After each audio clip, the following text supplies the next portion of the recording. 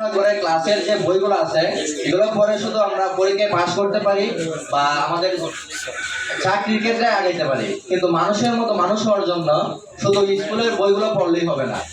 স্কুলের বইয়ের পাশাপাশিও আমাদের কিছু বই পড়তে হবে। সেহেতু আমাদের লাইব্রেরি দরকার এবং আমাদের মানে 10 নং ইউনিয়নের ভিতরে কিন্তু আমি মনে করি কোনো গ্রামেই একটা লাইব্রেরি নাই, কিন্তু পিএম একটা লাইব্রেরি আছে।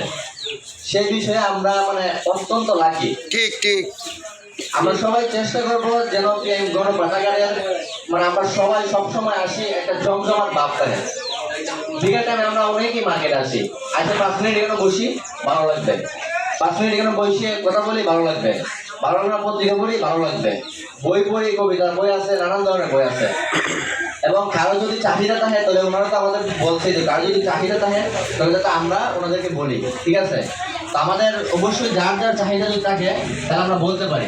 এবং আমি একটা কথা বলি বইয়ের ব্যাপারে, যেমন 7ম শ্রেণী, 8ম শ্রেণী, 9ম শ্রেণী এবং 10ম শ্রেণী, এই 4টা ক্লাসে যদি